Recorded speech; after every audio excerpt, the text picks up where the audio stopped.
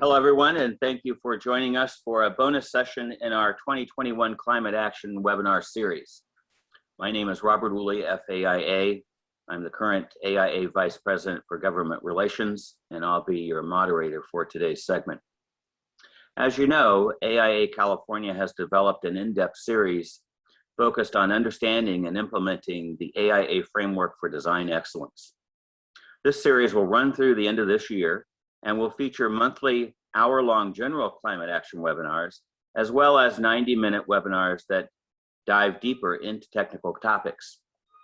Additionally, AIA California has partnered with various organizations with like-minded goals to bring bonus content to you in the comfort of your own Zoom environment or wherever you might be watching this.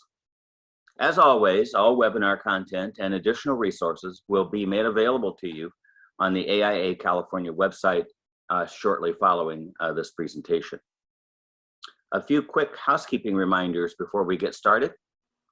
Today's session qualifies those who are viewing it for 1.5 AIA HSW learning units, and we know how precious those can be for watching live, and AIA California staff, for those who are registered, will take care of the paperwork for you.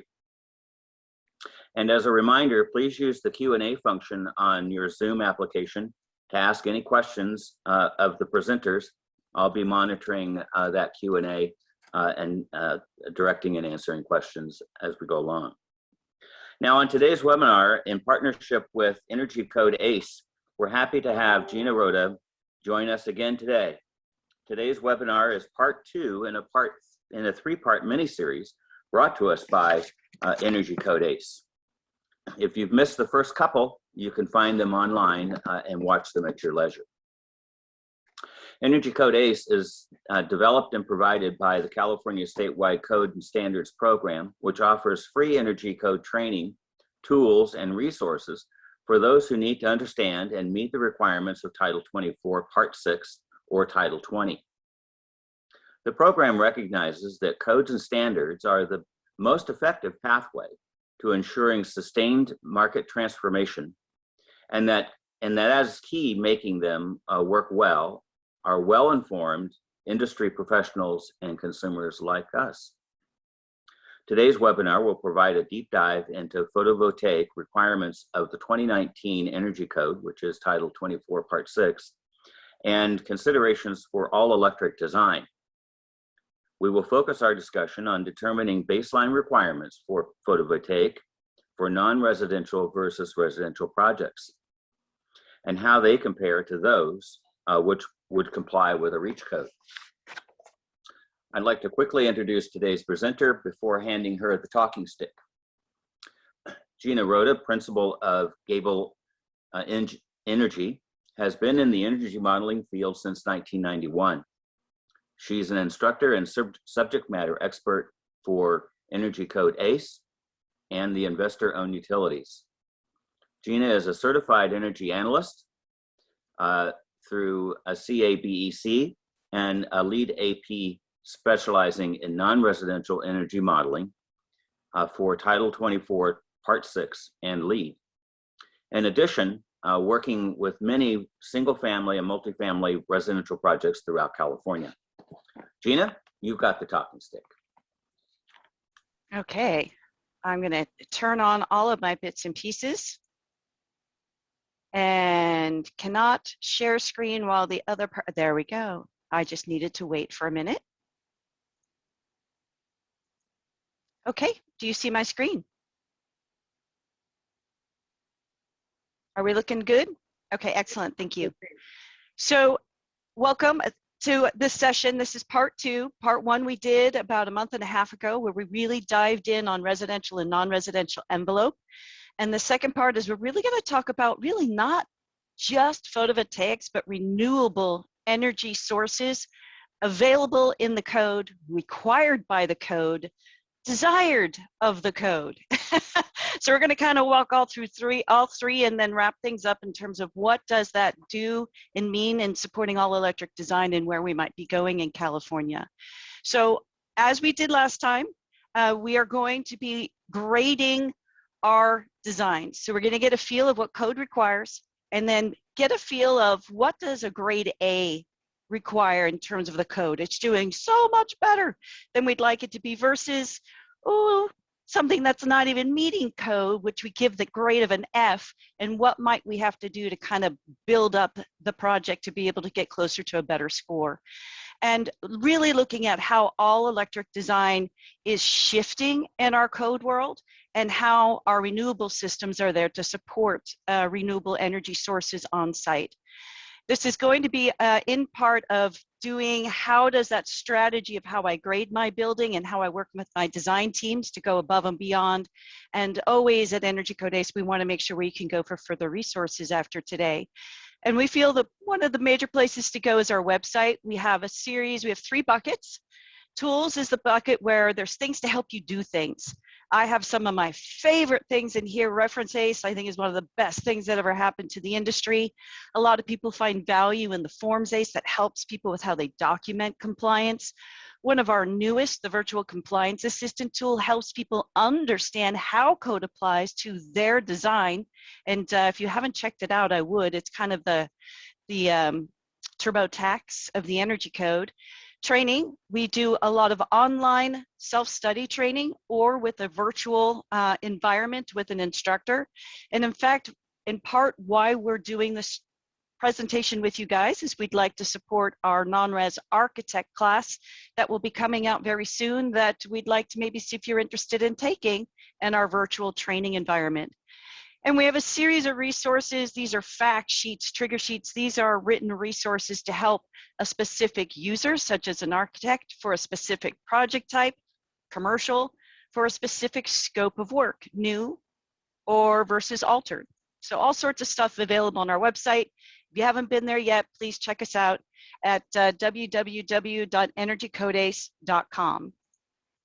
So our very first goal here is going to be introducing you to the overall concepts of the energy code. And I'm going to build on top of what I did last time. That was part of our desire for this 3-part series, is to keep building upon what we talked about previously. So if I'm going over some concepts quicker than you'd like, do check out the previous recording available on the AIA California website. So the energy code to date, which started in 1978, and then in the in early 2000s, kind of shifted, looking at how we're using energy and when are we using energy, and started to introduce the concepts of renewable energy sources to the grid to support California's energy use. But always, always, always with the preset that everything that's included in the energy code must be shown to be cost effective to become an energy code requirement, that it will pay for itself with the savings that is achieved with that feature. With some exceptions, such as indoor air quality, are some requirements that are integrated into the energy code that kind of surpass the cost effectiveness evaluation because of health and safety considerations. Now, what we're moving towards quite quickly is some additional goals that have been added to the energy code, such as reducing carbon emissions. This has become something that has been something California has aggressively been going after, and doing it in large part quicker and faster and more nimble with reach codes, which is part of this 3-part series of talking about what is California doing with reach codes and what do those look like. Our 3rd part of our series, we're really going to dive in on reach codes. So that's going to be in a few months. And you might want to join us if you really want to learn about reach codes and how they apply.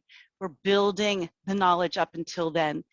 A large part of what California is also trying to do is grid harmonization, that we have enough storage on the system when we have high demand, and that when we're generating a lot of electricity during the mid part of the day, we can store it somewhere to use it later, so that we can have an even usage and coverage of how we are generating, using, and moving energy. So part of my discussion today with you guys is also going to include some topics about storage of energy in that built environment. So the Warren-Alquist Act, that's what started the energy code. That's where that preset of, hey, everything has to be cost effective regarding that lifetime of that particular building feature. But what's also unique about the energy code here in California is we measure things in TDV, time dependent value. What time are you using the energy? Is it peak use conditions? all of California is going to a time of use rate of looking at our utility. And the Energy Code has been looking at time of use for quite a long time now in terms of what building features can generate the most savings at the appropriate time of day, dependent upon where is the building located. We have 16 climate zones and they use energy differently in these different climate zones, and we look at that with how we measure energy in TDV. Value is all about what type of energy is being used. How much does it cost to run that particular building feature? Is it electricity? Is it natural gas? Is it propane? Is it renewable energy? So our 16 climate zones in California, hopefully you can find where you are on the map here and take a look at, hey, what number is associated with you. Climate zone 1 is as far north and west as you can get against the coastline, and it's one of our colder climate zones in terms of moderate cold conditions most of the year.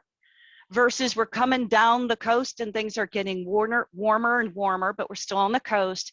Then we start going inland, and starting climate zone 10, we start getting hotter and hotter, and we have our valley areas in which they're using a lot of air conditioning, not so much space heating. Then we start into extremes. Climate zone 15 is the hottest climate zone in California. It's where there's desert.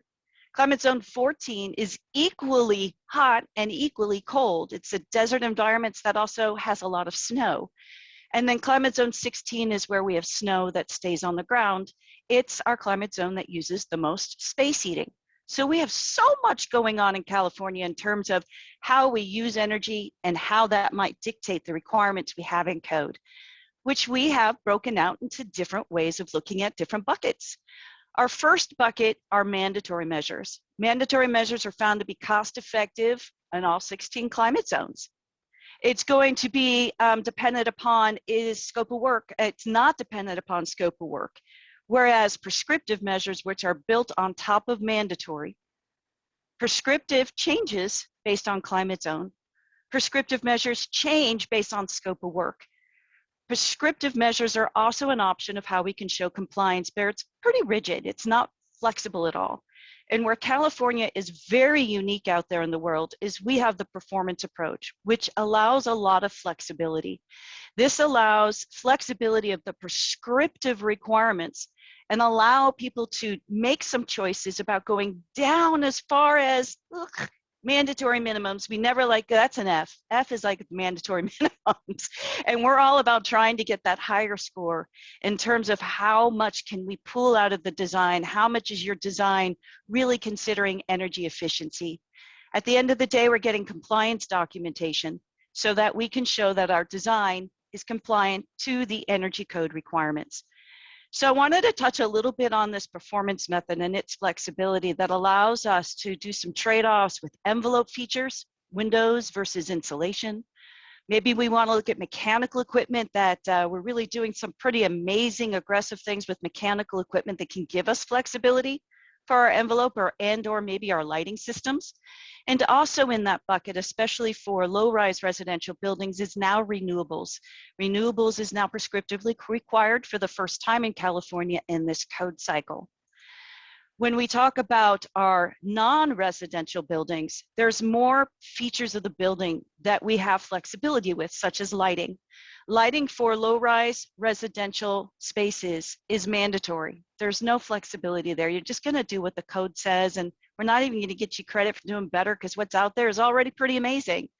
But there's a lot that can be done with lighting design that can give us some flexibility towards maybe envelope and or mechanical systems is desired. This complexity of the code allows a lot of flexibility and is in part why we look at the different grading systems associated with our buildings. What are you trying to achieve? Because when we use the performance approach, we're always being compared to the standard design. The standard design is the perfect prescriptive building that's based on your design. Exactly where your building is located, exactly at the azimuth of which you are designing your building. It's looking at what is your window to wall ratios. What is it that you're starting off with? How can we standardize that and constantly be comparing your proposed design against a standardized design based on prescriptive measures. So when we figure out how we're grading a building, if you are just meeting mandatory minimums, that's not a design that's going to pass. That is not meeting code minimum. And that's what we're going to grade as a D or an F here in our discussion today. An average building is a building that's just meeting the prescriptive requirements of code. This is when you get a Title 24 report that says building complies, compliance margin is 0. You are just barely passing code. We're going to give that a grade of C.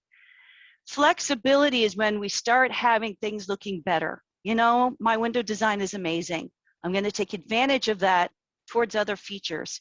And this is what we're going to be giving a grade of B. It's better than the bare minimum, and it's giving you some flexibility measures. Many times when projects have additional goals, such as LEED for homes, they have to meet REACH code requirements, or potentially doing CalGreen tiers, CalGreen tier 1 or 2, we have to do much better than the baseline minimum of a grade C. And we have to be looking at something that's to be graded as an A, usually 10, 15, even 20% better than that minimum code allowance. Now, how are we measuring energy? How are we showing compliance? So things have changed for low-rise residential buildings. We now look at an EDR score, Energy Design Rating. And what's happening there is we have some different buckets. And the smaller the compliance margin, here we have an efficiency EDR score of 0.4 and a total EDR score of 0.4. This is pretty amazing, because the closer I am to 0, this building is doing so fantastic. So this is really, really good. Versus when we're looking at non-residential, high-rise multifamily or hotel motel projects, this is now TDV energy. It's not EDR anymore, it's TDV. 0 equals compliance. Anything greater than that is something that's doing better. So let's take a look at how this looks in things. And Robert, do you have any questions at this point that we should answer before I move further? Yes, we do. We have a couple. If you want to take a minute or two, I can just call out who's asked the question and you could tackle it. The first one is by Judy Weiserman. Judy, do you want to ask your question? Hey, Judy. You'd want to unmute yourself to speak out loud. On webinars, everyone is muted, so they don't get to talk. have to just read the question, Robert. I will read the question. So All Judy right. is saying, client has a pacemaker and induction cooking is not an option. I think resistance cooktops are a disaster, both in energy use and cooking techniques. Any ideas? At this point, the energy code is not dictating what your appliances are whatsoever. Now, there might be a REACH code that says you have to use electric appliances. Do be aware that electric resistance cooktops and induction are both electric cooking devices, and you can use them equally. Induction is more efficient, but electric resistance is totally appropriate and available as an option here in California. So Judy, you might want to take a look at that technology that's been around forever and see if that might be a better fit for your client. Thank you. Steve Jackson asked the question. Have you looked at radiant elements? Steve, I might want you to give me a little bit more on that, because I'm not 100% where you're going with that. So if you could give me a little bit more clarity as a more fleshed out question, I would really appreciate that, and we can get back to that question. Nathaniel Whistling has a question. Nathaniel, it's good to see you again. I think Nathaniel's stalking me. I think we've been at least 3 or 4 things together in the last month. Please clarify the goal of TDV. My understanding is that charging more at times when demand is highest, pricing encourages distributed energy and with harmony of generation, storage, and use. Exactly. So the goal behind TDV is essentially how can we design buildings that offset high energy use, whether that be heating or cooling, depending upon that climate zone and its energy uses, to offset that peak use that might be associated with that energy use, because it changes whether that energy use is going to be electricity and where that electricity is. We sometimes even have problems transmitting energy across the city. So, you know, location really does matter. Pricing, yes, 100% encourages this. This is what's been great, is that the TDV has been how we've been calculating and looking at code development since the 2000s. So we've developed a way of looking at energy that actually is now in par with how we're pricing energy with our time of use rates. So there's a little bit of kismet going on right now in terms of our conversations, looking and sounding very similar to each other, where we talk about your utility bill pricing and we talk about building design and energy savings associated with the building. Nicholas Gallivo has 2 questions, if you can tackle both of them at the same time. Actually, we're going to hold on to that one, Nicholas, because we're going to talk about PV specifically starting about right now. So let's hold on to those questions and see if we answer them, or I make sure to answer them when we go through the content. Awesome. Last question posted is by Cameron Duncan. Hopefully you will talk to the utility company implementation of applying added fees for all generating on-site renewables. I'm sorry, I'm here about the energy code, and that's what I'm talking about. And I'm sure there'd be some other great discussions that can happen with utility companies, but that's not what I'm here to talk about today. Thank you. And then there was a question posted in the chat box, which really should have been posted in the Q&A session, but the question is a third electric radiant, a third burner type of radiant, which uses basically an infrared heat lamp. That would be another choice, as a third choice, as a cooking option. That is, none of those are disallowed in California, and are completely, if you decide what makes best sense for you or your client when it comes to wanting to use electric-based cooking environments. And then finally, before you get going, Justin Glover just posted one. So if you could address that one, then we'll move on. Okay. In non-electric, all electric applications with PV and EV requirements, are you aware of any alternatives to diesel backup generators? So again, I am going to be speaking to the energy code today, and which generators are not part of those code consideration. And so there's not much I have today that I'm going to be speaking about that. There is a lot of stuff going on in the world of backup generators and that technology, and they almost always are paired with battery storage. So it's you know, we were talking before you guys came on about how today is a wild, wild west in terms of how we're considering and talking and looking at these things that kind of have been status quo for so long. And what does that look like? And we all have to be really keeping up on innovators and innovative technology coming out. There's some stuff coming out for backup generators that are above and beyond diesel. Is there a perfect fit out there? I think it depends on the application. But where I would suggest looking is what's being done for hospital environments. This is definitely a health and safety thing for them. They've really been struggling with this, and also how that then meets the CARB requirements of California. So you might want to look and see what's going on for hospital backup generator, because I think that's where you'll see that technology being explored first. Okay. Awesome. Carry on. Carry on. Let's move on to renewables. And let's talk about photovoltaics, PV, battery and other storage systems, solar thermal, and what solar ready looks like in terms of the energy code for our 3 building type categories: single family, multifamily, which I'm also going to lump hotel motel in here because they act very similar to each other in terms of how we use some of these systems, and non-residential. But let's start with single family, which includes duplexes and townhomes in terms of where is code right now when we talk about PV.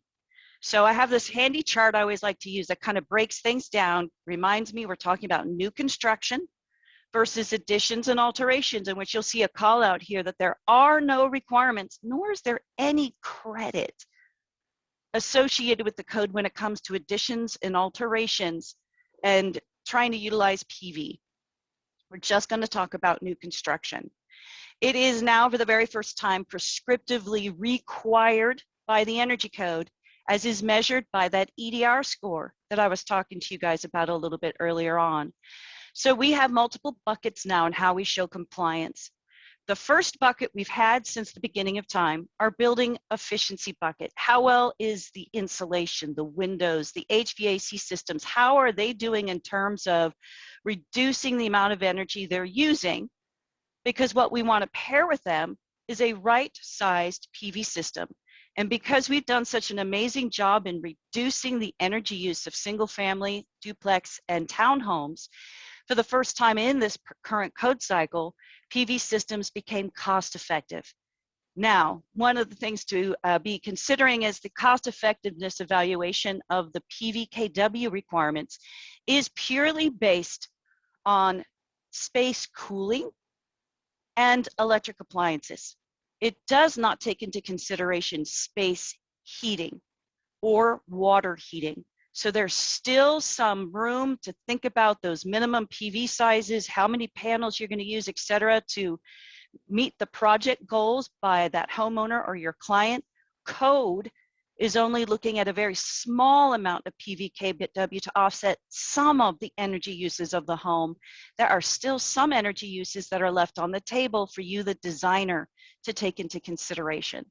Now, what's unique is that the building efficiency bucket has to pass on its own from the PV flexibility bucket. And in that PV flexibility bucket are things such as battery storage.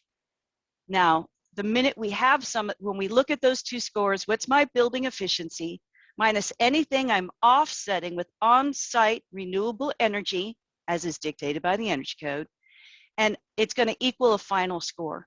And that final score is going to be equal or less than that standard building that I'm constantly being compared to.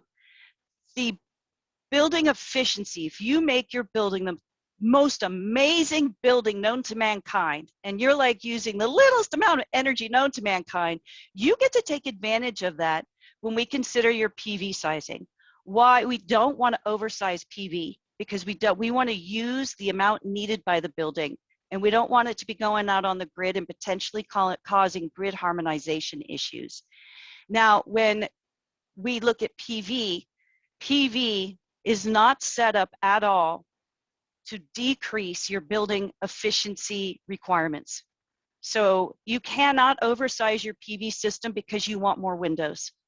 You can't oversize your PV system because you want more flexibility with your envelope or mechanical features. That is not something that's allowed by code. And what's happening in the performance approach under the hood is it's looking at how much energy is needed on that hottest day of the year, because remember, this is all about cooling energy. With the appliances, you're decided, not required, but you're deciding to use electric cooking, your refrigerator, your dishwasher, etc., that are going to be electric appliances on site.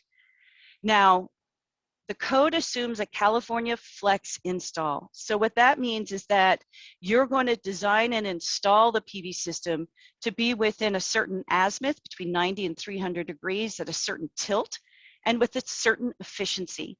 Now, the code requires the PV system be installed and finaled at the same time the house is installed, goes for final. There isn't any, oh, well, I promise next year I'll install the PV system. It has to be paired with the building permit for that final, everything's linked up in terms of what's being installed for PV. And here, this is saying you will, at a minimum, have a PV system that can generate 2.69 kW. You can install greater than that. You might have car charging. You might have a pool. You might have all these energy. You might want to include space heating and water heating in your desired PVKW number. That's totally fine. Code is saying your minimum is going to be 2.69 based on how your building is using energy in your climate zone. And just meeting this 2.69 kW is going to give your building score of a C. You're providing the minimum required by code. Now, when do I not have to do PV? I get this question all the time. Gina, we don't want to do PV, or we don't think PV is viable. So viability is based on you have at least 80 contiguous square feet on the roof footprint. Just because you design your roof to be facing north doesn't mean you get an exception. Let's pretend it's a flat roof, man. Do you have 80 contiguous square feet that has a 70% or greater solar access over the course of the entire year, the annual solar access. You could use community PV that's been approved by the CEC. You might have snow load issues in certain areas. There are some exceptions for rebuild also. You will never be required to do PV for an addition. You will never be required to do PV for an alteration. Now, what's not considered an addition? I just want to bring up here, ADUs are a big thing right now. And ADUs that are converted from an existing building, it's a separate two-car garage being converted to an ADU, that's an addition because you are converting existing structure. You're going to add the ADU to the existing two-car garage. You're going to add it to on top. You're going to make it a two-story building with the two-car garage that was already there below. All of those situations are additions, and PV is not required. It's a choice. If the ADU is detached from any building on the property and it's brand new construction, then PV will be required unless you have an exception associated with solar access or snow loads, or it's a rebuild project because of fires, or potentially you're using community PV. Even if it's a pool house, this is the third question I've had this week, and it's only Wednesday. I'm building a separate pool house on my property. Is PV required? Yes, because that is considered a new residential building. So Raza is asking to confirm a new guest house or ADU on a single family lot does not require PV, right? A new guest house or ADU attached or converted from existing construction does not require PV. A new guest house or ADU detached, brand new construction doesn't have, has the solar access needed? Yes, PV will be required because it is a new residential building. So here's a little video of, hey, you know, here I've got some trees on this property. I have trees and they're right next to the house. I'm not going to need PV, right? Well, if we look at this in the course of the first part of the year, we're like, oh, okay, well, yeah, it's creating some shading. But when I look at it for the other part of the year, there is no shading. So we are looking at the annual solar access associated with the building, not just that 1 month that might be an issue. So again, don't look at just one time of year, I got some trees, it's going to be an issue. You need to do the approved solar access study using an approved tool from the Energy Commission to really truly verify whether you're exempt or not. So the solar assessment tool has to be approved by the CEC. They're adding to these all the time. Anyone who does PV install already has these tools, so that's a really good place to start. And I like to say, I'm not looking to see whether I don't have to do PV. I want to look and see where's the best place to have PV. The code only requires you to look at the roof, your flat roof, not your designed roof, at a certain pitch. Your flat roof, it's going to make it flat even if it's not. And do you have that 80 contiguous square feet of at least 70% solar access over the course of a year or not? Now, let's say you do, but you don't want to put the PV on that roof. You have no desire to put the PV on the roof. It doesn't make sense for many reasons. And it could be, Nicholas, because when I have considered that I don't want to have the PV right up to my roof edge, I need to be considering how I'm going to maintain this PV system. You might desire to put it somewhere else. Nothing in the code says, oh, ignore the last foot around the roof because of access, ignore this because of cleaning the PV. The code only allows an exception associated with solar access and not because of what you might need for maintenance and install of that PV system to meet other code requirements. Because the energy code says you could put it somewhere else. You could put this PV system anywhere on the property as long as it serves the meter that this PV is meant for. So here's an example of a building in which they desired to put PV on, and for some of the year, it looks pretty good, right? But when I look at the entire year, I do not have a solar savings fraction of over 70%, because for over half the year, that PV is mostly shaded. So I only have a 50% solar access, not a 70%. This is where PV is a choice. If they want to do it anywhere, great, but it has not met the cost effectiveness evaluation of the energy code, so it will not be required as long as it has been proven with the solar access. Snow loads is a new exception, and it's specific to certain areas in California. In your handout, you guys will have access to all the resources, a link that gives the resources to how you determine whether you are eligible for an exception associated with snow loads. There's also an exception associated with rebuild work. Now, this has an expiration date of January 1st of next year, and you have to meet all this criteria, that you're rebuilding in exactly the same footprint of what was there before, that there is economic issues associated with putting PV on because of who owns the home, etc. So do be aware, you don't get a blanket exception to PV for rebuild. They have to meet the system criteria of whether they're eligible or not. So, determining shading at design, I find that I really encourage the architects here today to really be looking at their designs and thinking about how they can design to PV, not design for an exception. Because we really want to be providing the flexibility not only to the homeowner, but to the state of California and the grid by taking advantage of PV when we can.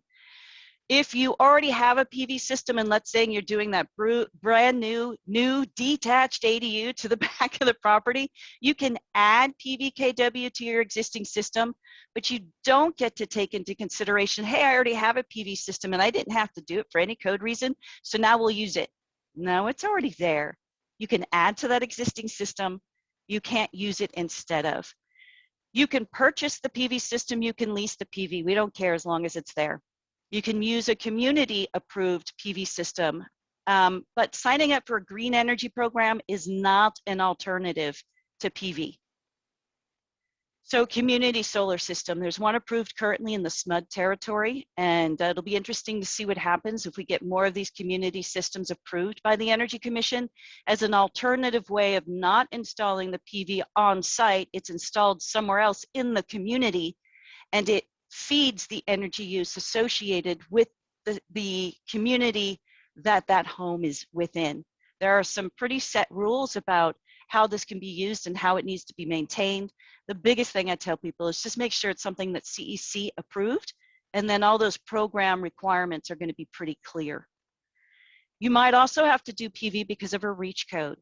Now, these are those local ordinances that are approved that might be more aggressive than statewide adopted code. And there are many REACH codes that are requiring PV even for projects that the energy code does not require PV. So do be aware of your cities. This is my favorite resource for REACH codes, www.localenergycodes.com. This is an interactive map. We're here on the map. Everything marked in orange has REACH codes. Some of those REACH codes might be about PV. Some of those REACH codes might be about all electric. Some of those REACH codes might be about water savings, or it might be about process environments. REACH codes can be of many, many, many different flavors. They can also be adopted at any time. Anytime, tomorrow, boom, there's a REACH code. Did you know about it? Did you design to it? Do you have to redesign? And I strongly suggest that anytime you start a project in a city, you're keeping up on what REACH codes are adopted and may be adopted in your area. Batteries are a great flexibility measure. This is all about that flexibility associated with grid harmonization. And the energy code is really incentivizing people to add battery. It's not required. It's 100% extra credit. So this is all about, in that performance option, you want flexibility, let's say to your window design.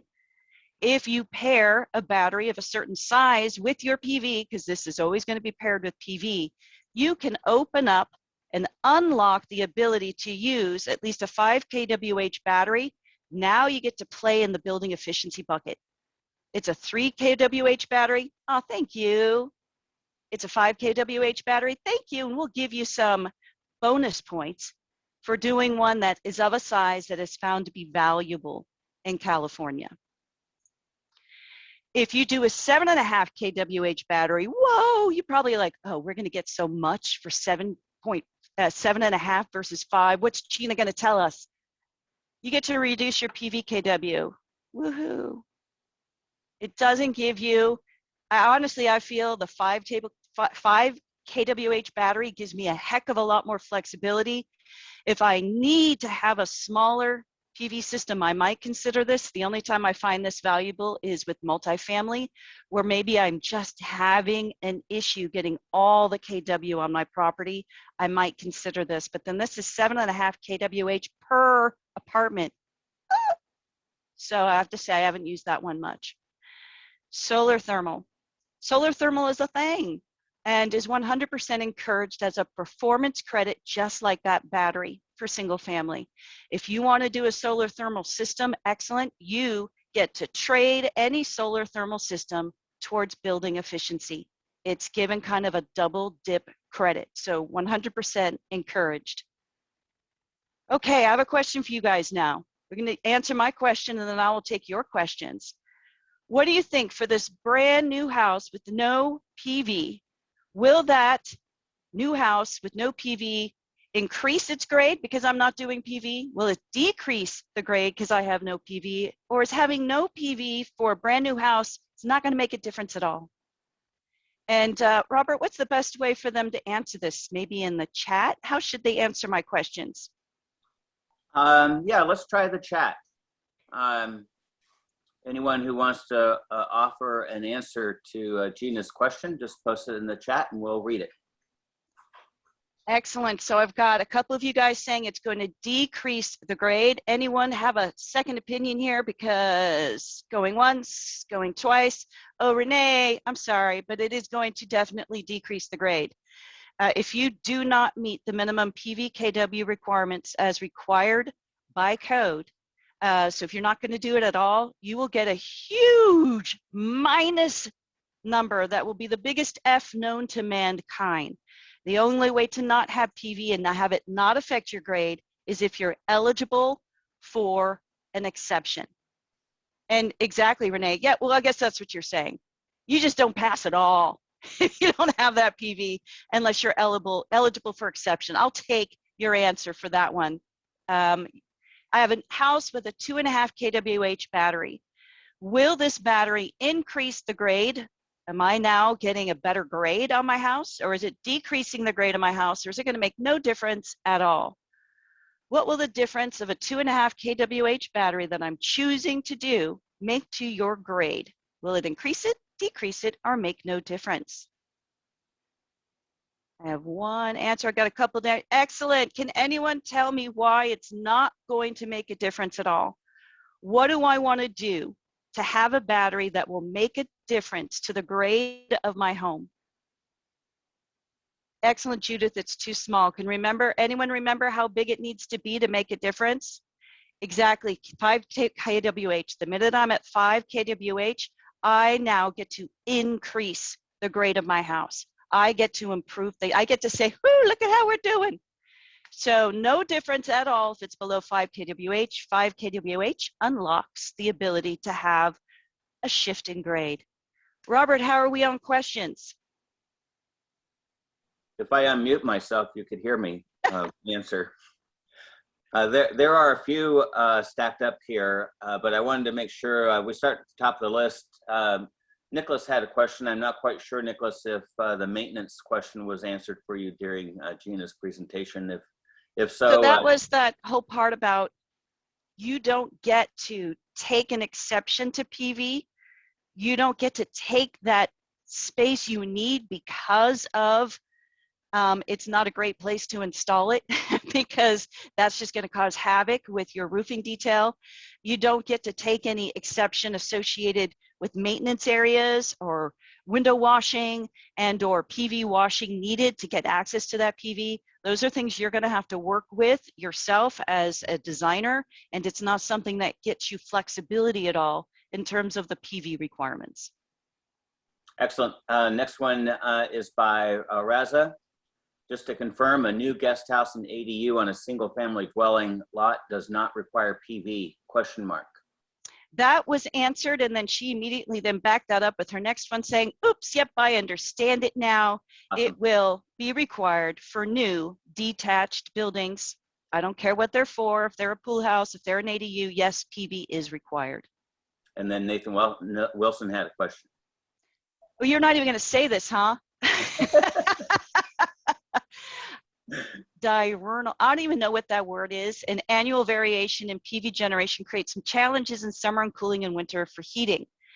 These seem to favor on-site storage and energy management. Electrical vehicle charging should provide for BEV discharging. This should be allowed to use to discharge the remaining capacity during time of use rates. So what I'm hearing you say is that you would like to have compliance credit for being able to utilize, especially things like vehicle charging, as a method to change your grade. That is something they really are considering for the 2022 code cycle. So Nathaniel, you're thinking ahead of the game, and they're really looking at that and seeing what that looks like.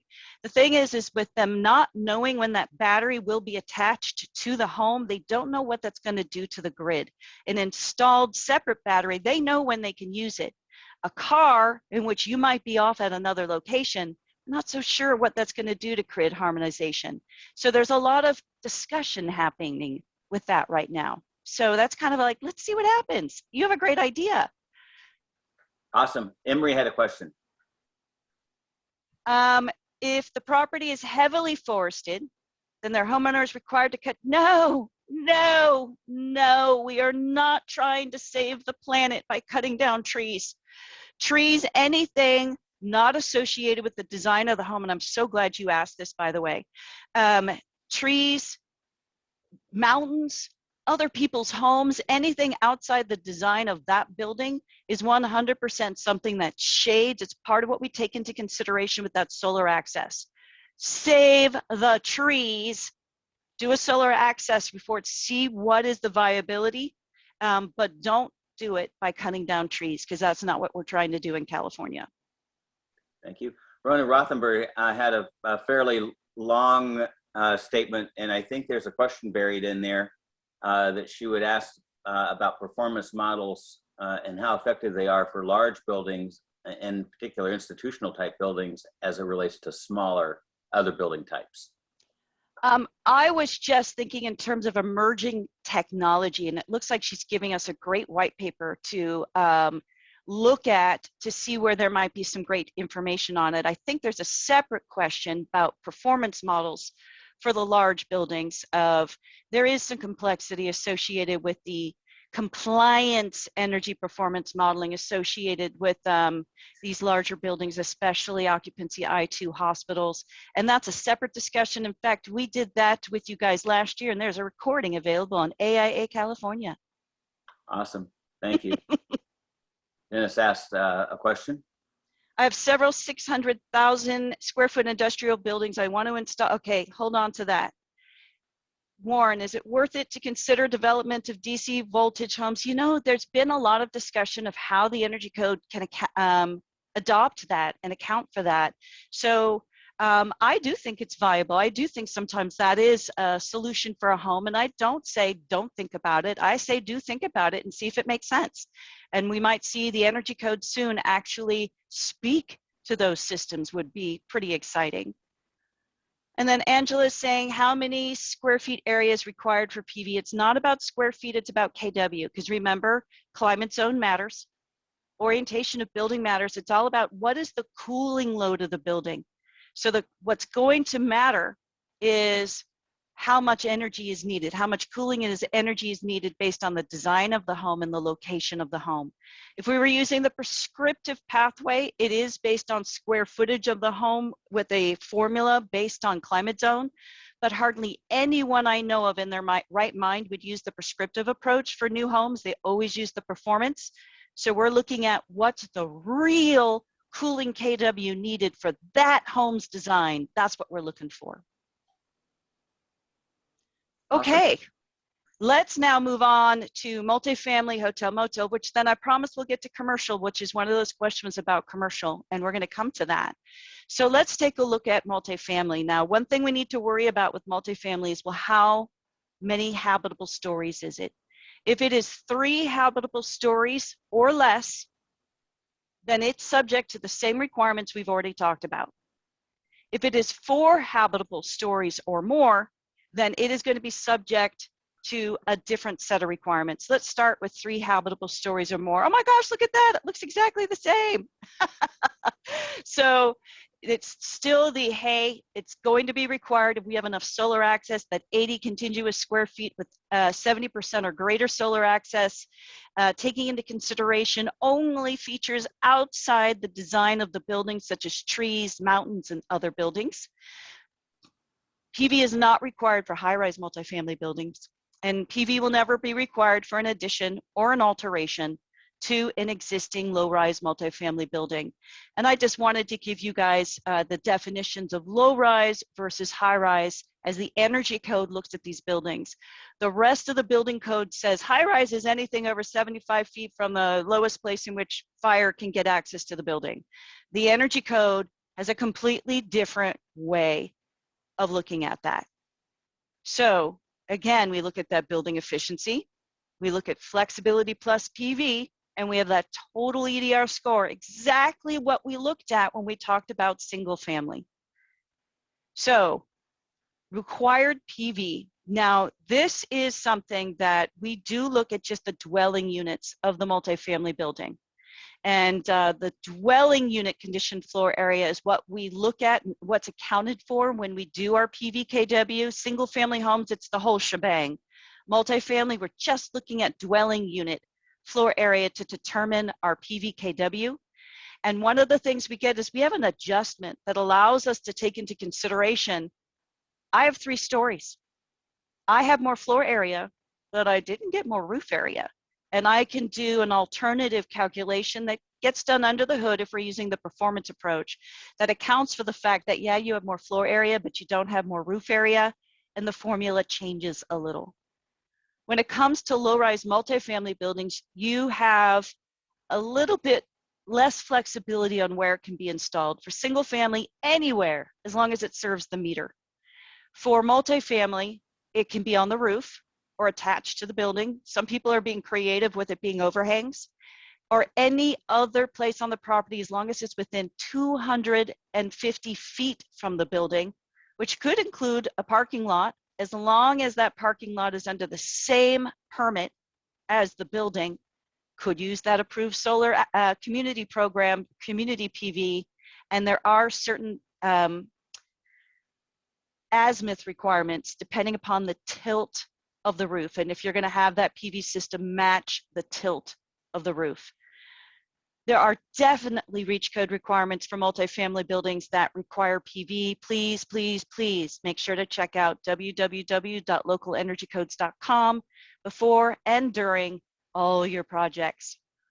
All the battery requirements that we talked about and the leniency allowed for battery, just like we just talked about for single family. It's there as a flexibility measure the minute you're over 5 kWh per dwelling unit. Woo. So if you have 400 dwelling units, that's 5 kWh times 400 for you to be able to unlock that flexibility associated with the performance approach. PV and battery are not required for high-rise multifamily, nor do you get to take any flexibility measures for them. You can still do it. Yay, do it. You might even have a reach code that requires you to do it, but you're not going to be able to put it into any of your compliance documentation for your high-rise multifamily building. Solar thermal. Now, solar thermal is where the rubber hits the road for multifamily and hotel motel projects. These are buildings that have a lot of hot water use. And we have this roof that is a great place to really utilize that to do a solar thermal system that supports our hot water heating system if it's a central hot water heating system. And similar to what we had a question earlier, there's a lot of things you have to think about. How am I going to get all of the things I need to happen up on the roof? I find this is the biggest challenge that designers have when it comes to the energy code and when we want to think about solar thermal, which is required, but I could trade it away, or PV for high-rise multifamily, not required, not a flexibility measure, but I might have a reach code that requires it. And I have to think about all the HVAC equipment that's up there. Now fire and window cleaning is a big thing. Roof access, open space that might be required by the project because it's a lead project, and that's where all our open space is going, is up in a roof area for the public. So much to consider, so much that has to be decided by the design team of how are we going to do this with solar thermal, PV, both solar thermal and PV, or none.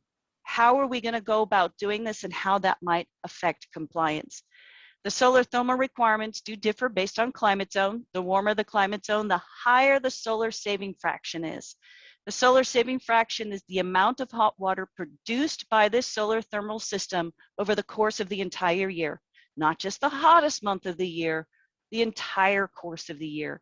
I find most solar thermal systems, the minute they become viable is when they hit a 40% solar savings fraction. And guess what? If you are only required to do 20, you get extra bonus points for doing a system that's greater than 20. This is a way we can get flexibility. Now, when does PV have a play in multifamily buildings of any size? If you are using central heat pump water heating system, the desire is to go all electric, then you can substitute a solar thermal system with a PV system.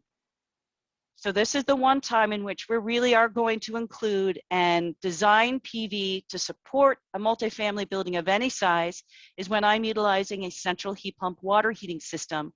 Then I can substitute my solar thermal requirements with PV. I also have the ability to play around a little bit with drain water heat recovery. I kind of threw this one in there to make you kind of think outside the box a bit. There are a lot of things we can think of that can really think about, what am I trying to save? What am I trying to save? Hot water. How can I do that? This is one way prescribed by code. I have other favorites. I think we can minimize our distribution runs. I think we can look at what I like to call a pod, or other call a clustered design, where I put a hot water heating source, maybe serving one riser on my multifamily building, and really minimize hot water piping, because what I'm trying to save here is hot water. So many things that can be thought of that could be a credit. So I have a question for you before I get to your questions. I have a new 6-story multifamily building and it has a 60 kW PV system. How is that going to affect the grade, my compliance grade for this building? Is it going to increase the grade, decrease the grade, or not make a difference? Let me know in the chat what you guys think your answers are.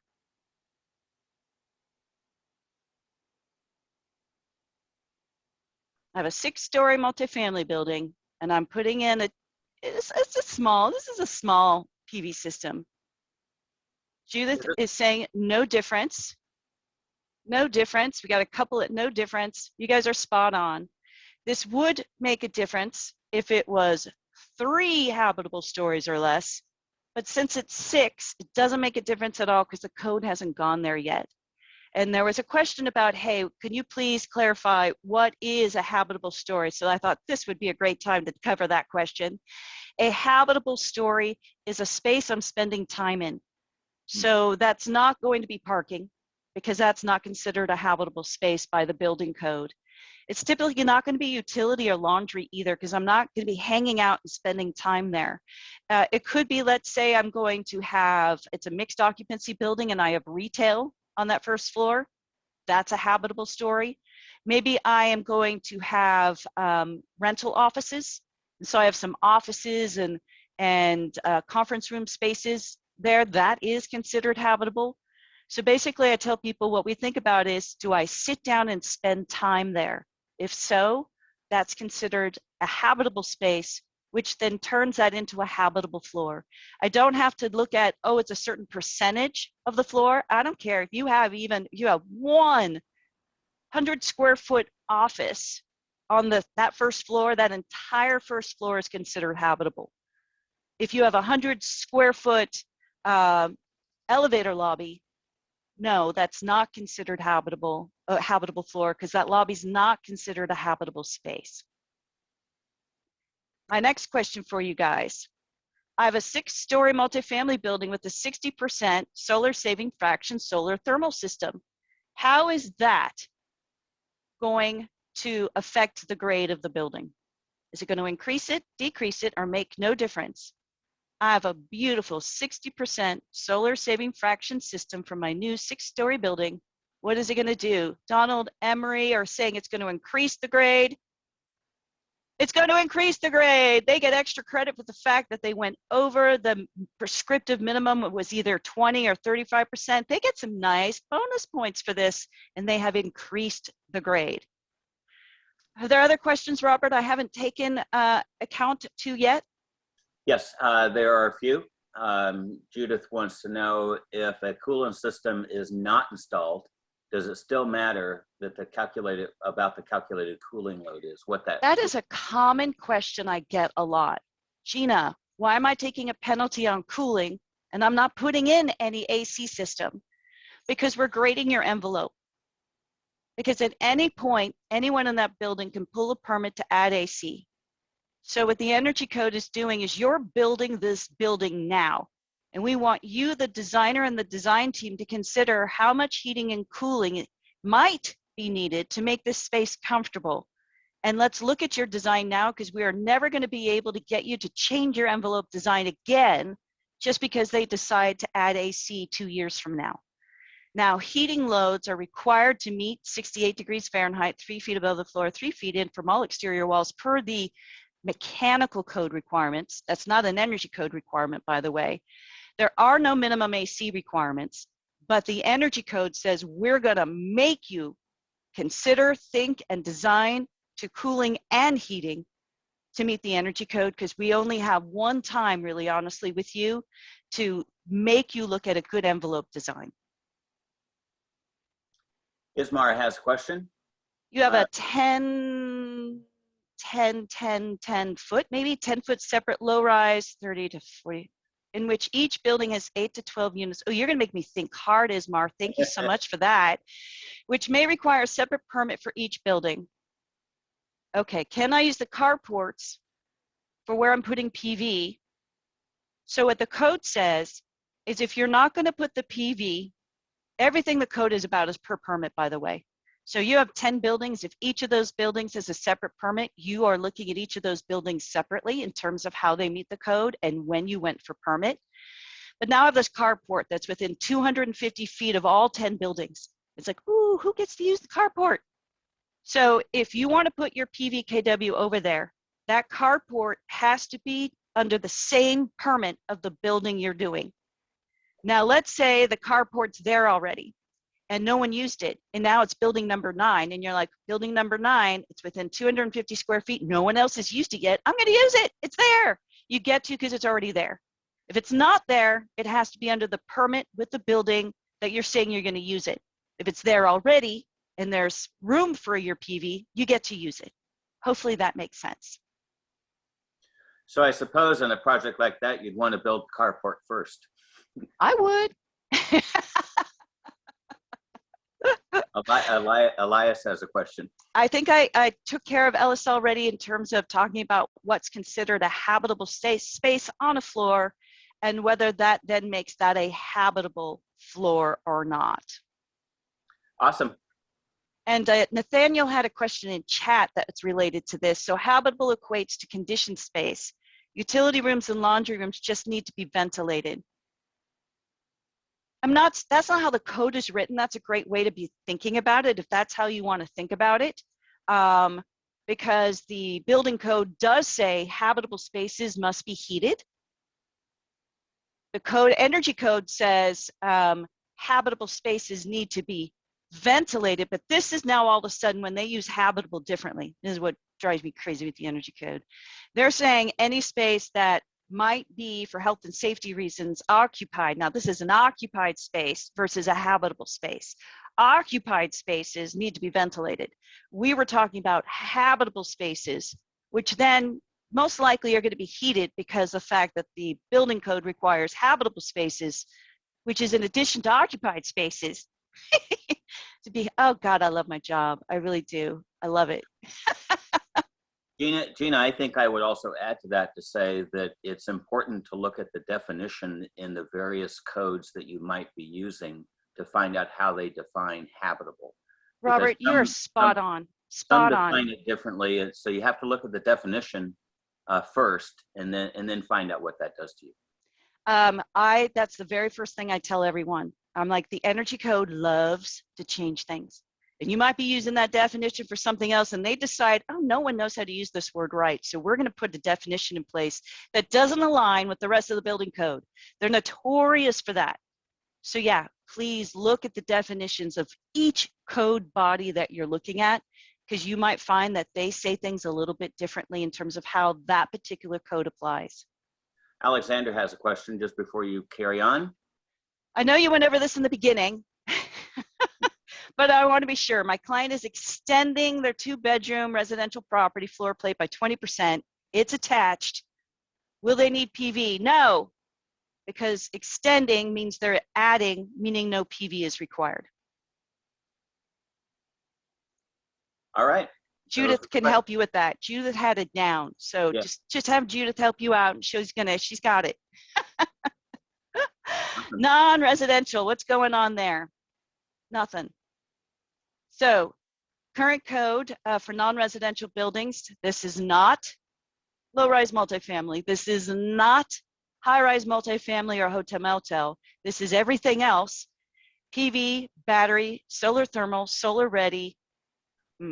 PV, battery, solar thermal, no requirements, no allowances. Watch out, next code cycle, gonna be crazy. This code cycle, nothing, no requirements, no allowances. You will be doing solar ready, and that solar ready will apply if the building is 3 stories or less, of which you will reserve 15% of the roof minus any skylights for a future solar thermal or solar PV system, unless one's being installed already. There's all these exceptions, but be aware, solar ready is what lives in non-res land, not PV, solar thermal, or battery. So I have a 1-story retail building with a 60 kW PV system. How is this going to affect the grade? Increase it, decrease it, make no difference. This beautiful. Should I play the Jeopardy tune? Yeah, do, do, do, do, do, do, do. Excellent, it's going to make no difference at all. Okay, now, neither are they doing solar ready. Everyone forgot about it. They're like, oh, solar ready, who really does that? So they don't have solar ready designed or integrated into the design at all. What's that going to do to the grade of this building?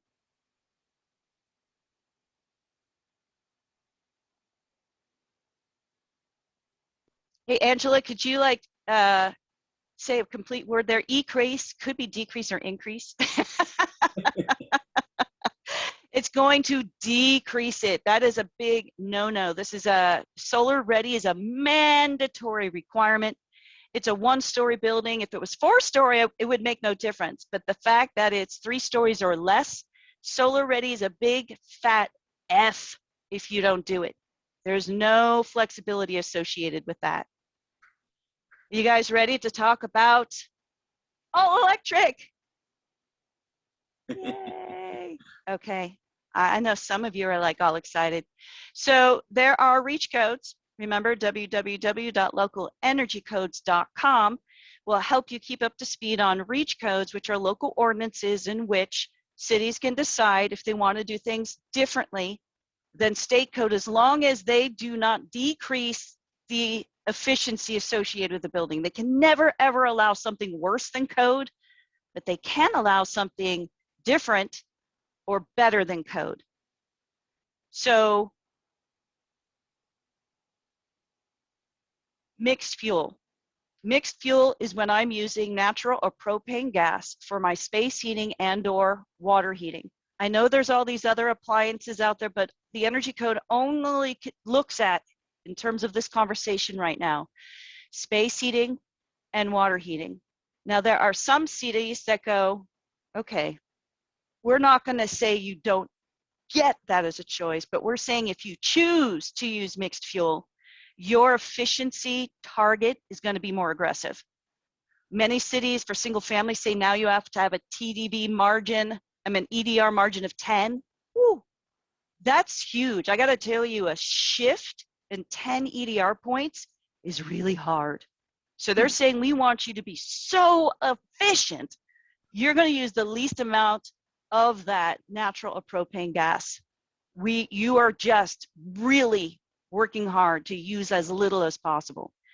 There are some cities that are not going to allow that as a decision at all.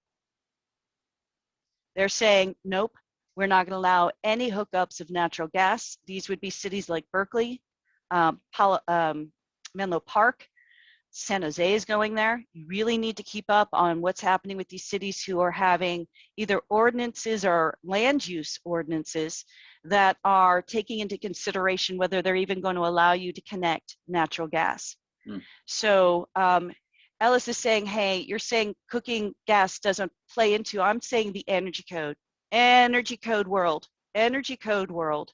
only looks at space heating and water heating. Local reach codes might go there in terms of cooking. There are some reach codes in some cities that say no natural gas, except for a fireplace. No natural gas. Well, except for maybe you're cooking. I kind of like, oh my gosh, that doesn't even make sense to me. You're saying no, except for this one thing, meaning I got to connect it and we didn't really achieve what we wanted, but you know, that's me stating an opinion. That is purely Gina's opinion. Do not say that. Gina said that was code. So make sure you understand if your city allows it or doesn't allow it. And if they do allow it, are they going to require you to be more energy efficient or jump through some other hoops to do that? What about a ceramic kiln? You're the first person who's ever asked that, Angela. Most of these cities do allow for the city to take into consideration unique uses of gas. So in that situation, I would go to the local building department and go, what about a ceramic kiln, and see what they say. You might have to get an exception associated with that particular feature. And Ian, I get what you're saying, that industrial is usually exempt, but this might not be an industrial type of question. So anytime it's not hitting the buckets exactly, that's when you want to go and you want to get further guidance. You're not going to guess, you're going to go get further guidance. So what about then, oops, I've lost my arrow. What about going all electric? So low-rise residential, you can easily choose to go all electric under the energy code with no penalty, as long as you're using heat pump technology. If you come to me and go, Gina, we want electric resistant space heating. Gina, we want a little point of use electric water heater. I'm going to sob. Because remember, I'm only concerned about space heating and water heating with this energy code conversation right now. The energy code supports heat pump technology for space heating, water heating. Heat pump technology is already what air conditioning is all about. We're in a good place. Now for high-rise multifamily, that's that 4 habitable stories or greater, hotel, motel, or non-residential buildings, natural gas is still the baseline for those building types. So there is an inherent penalty associated with shifting to all electric for these building types in the current code. Now, I do strongly suggest working with the local authority having jurisdiction, typically your building department, about what alternative solutions might look like for your project. And we do this at Gable Energy as an energy consultant. We go immediately to the city and go, let's put all our cards on the table and decide the best pathway, knowing that state code still has an inherent penalty associated with heat pump technology for these building types. And what does that look like? Mixed fuel, if you're going to use minimum efficiency equipment, that's always going to be a grade of C. I find that no one in California uses minimum efficiency equipment these days. They always use 90% or better. That's inherently a grade of B, and almost might be the only thing you can get your hands on when you go to the distributor to get your space heating and water heating. For all electric, you talk to me about heat pump space heating, you talk to me about heat pump water heating, you're immediately in the positive land. You're immediately in a grade of A or B. C doesn't even really exist. You immediately are doing better. But if you're going to talk to me and want to get electric resistance, this is going to be a grade of D or F, and I'm going to have to do a lot to get you out of that negative environment. I'm not saying it's impossible. I have been able to get electric resistant space heating to work sometimes if everything else is amazing. I've been able to get water heating to work sometimes if it's a really, really small load like an ADU or a second bedroom, but it's really, really hard. So just be aware, if you're thinking electric resistance, you're immediately having to get yourself out of a hole to show compliance to the energy code. Heat pump technology, I'm gonna go, I love you, this is gonna be beautiful, this is gonna make me very happy. So Alice is saying, in the case of a REACH code that prohibits gas cookup, please comment on what you would do about a fireplace. There are, and I'm gonna get to it towards the end here, there's some amazing resources out there that give you all sorts of things out there that are available that are not natural gas. And I think some of them are so cool looking. So I'll let you know about some resources that you can do some research and to see what is out there as an alternative for residential design when thinking outside of the box and not using natural or propane gas at all. I want to talk a little bit about where the code's going. So over the course of 8 years, I mean, that's not that long of a time span. Way back in the 2013 code, if you tried to use heat pump technology for water heating, you got a penalty. It was an inherent penalty. There was absolutely no credit for some of the new for California, up and coming technology like mini ductless splits, which have been around in Europe forever, and we are just now getting our hands wrapped around them. There was no credit for using a really efficient technology. There was absolutely no allowance or requirements for PV or battery. But then 2016 happened, and now we could take credit for PV. For the first time in that performance calculation, we got to say, we're saving the planet faster by putting PV in, give me credit for it. Then the current code went into play. That's the 2019 code that went into play last year.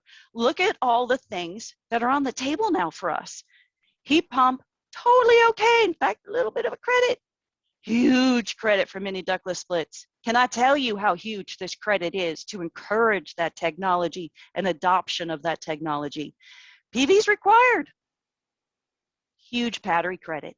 So look how we're leaning. We're leaning towards more electrification. We're leaning more towards grid harmonization with what we have in terms of code requirements and extra credit measures. Next code cycle goes into place January 1st of 2023. It's going to be our 2022 code. Anyone involved with that code process? It's been a doozy, man. It's been the most exciting that I've been part of since the 2013 code. They're looking at heat pump technology for space heating and water heating in most climate zones. Heat pumps don't work beautiful when it gets below 17 degrees outside. And we have to take that into consideration. But they're looking at heat pump technology being the baseline. That's going to change things. And that when I'm talking baseline, I'm talking multifamily, I'm talking non-residential, I'm talking across the board. Credit for even more credit for grid harmonization tools, such we were talking a little bit about, EV charging and this and that. What might it look like if we encourage that a little bit in the building design? PV requirements for all buildings. Are we ready for that? Because they're opening up the door to that. Battery ready requirements for all new single family duplex and townhomes. Not only are we going to require PV, we're going to make you be battery ready also. Emissions included in our compliance calculations. Right now we measure TDV. How about a world in which we measure carbon emissions? That's what our future looks like. So, what do you want to use for space heating for a single family home to get an A? What do you guys want to do? Doing a new single family home, what system do you think is going to give you an A? Judith, heat pump. Alice, heat pump. Mini split. Emery gets it. Frank gets it. All of you who went mini split, man, you just, you got an A. You got an A. What are you going to use for water heating to get an A in your new single family home?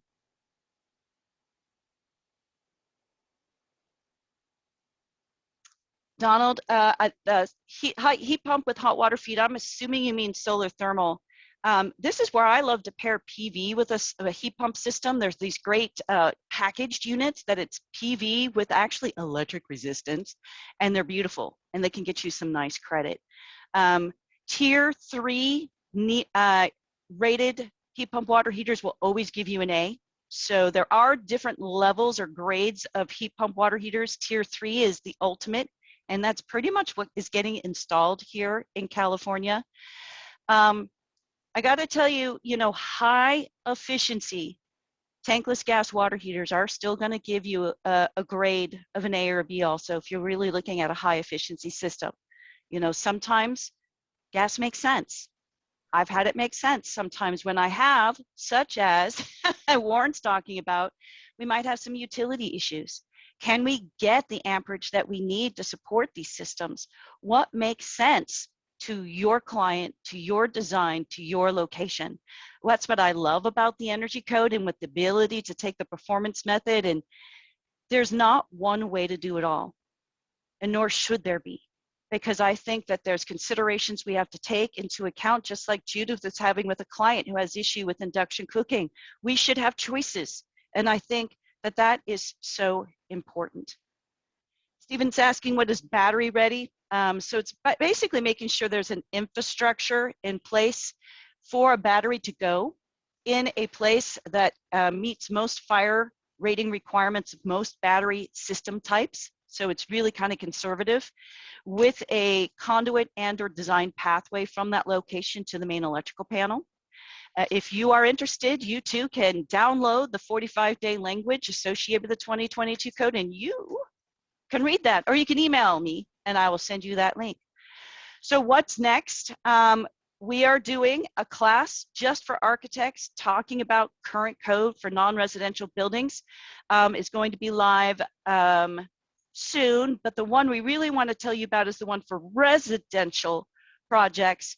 The class is going, it's a 2-day class, July 7th and 8th, and we are open for registration right now, and we would love for you to take that class. And we really talk about electrification and battery and PV and what are the right choices for the building and your client. We do have a recording that kind of goes over these basics about all of the renewable systems. I went with you, and if you want to hear it again and maybe a little bit slower, you can go check out a recording, but AIA California will have this as a recording very soon on their website. We have other recordings we've done with AIA California, like our What's New for this code cycle. We did one on ADUs. We also did one with the healthcare tract at AIA that's available. And this is what I was talking about, resources beyond today. So Switches On is a great consumer informational site. A lot of people love the Redwood Energy pocketbook that you guys were talking about. What are the different types of fireplaces and this and that that maybe aren't natural or propane gas? Take a look at that pocket guide. Here's some more details on local ordinances you might want to check out above and beyond localenergycodeace.com. Code development. Remember, someone had a question, what does battery look like? There's the link right there to go and get that language and see what it looks like today, and maybe even involve yourself a bit in the code development process. You can always come to us at Energy Code ACE for any of your questions, concerns, but I'm hoping you'll check out our website for other resources. And 2 of the REACH codes that are going into effect very, very soon, or just went into effect, is San Jose is adding a new flavor to their REACH code, and so is San Francisco. So they had REACH codes, and now they're adding to them. So being aware of, that, because that's what can happen. Don't think you've just, one REACH code, so you're done with the city. They might keep adding stuff. So you have to keep up on things. Robert, how are we doing on questions? There are just a couple.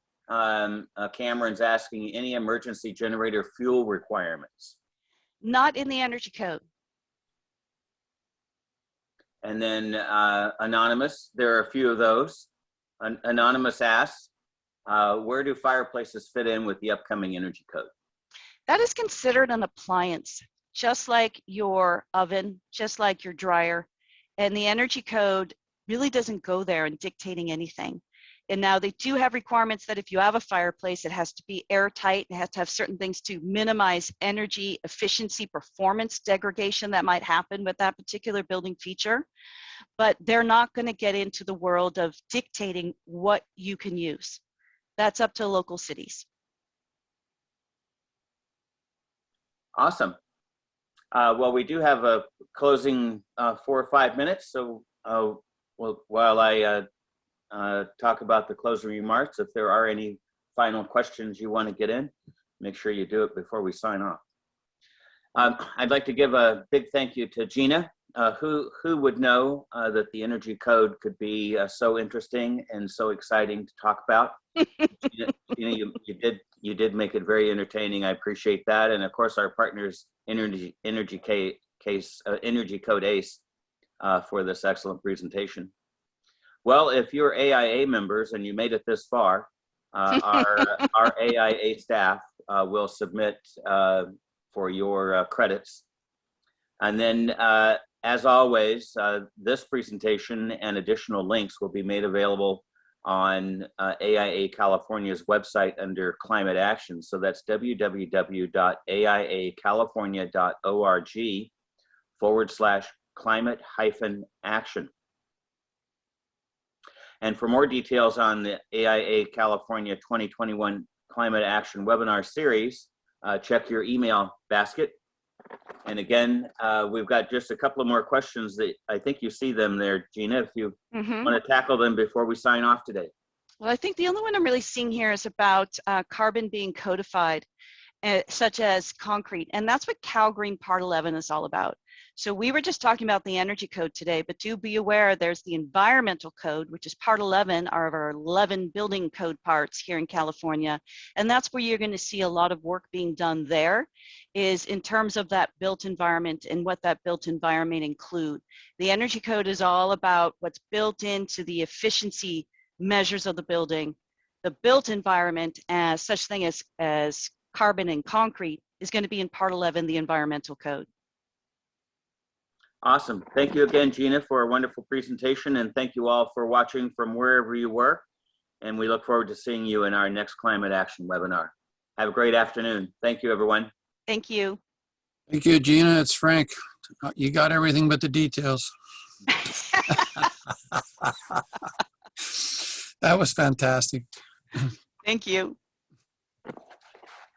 Gina, I appreciate your time today. Have a great afternoon. You too.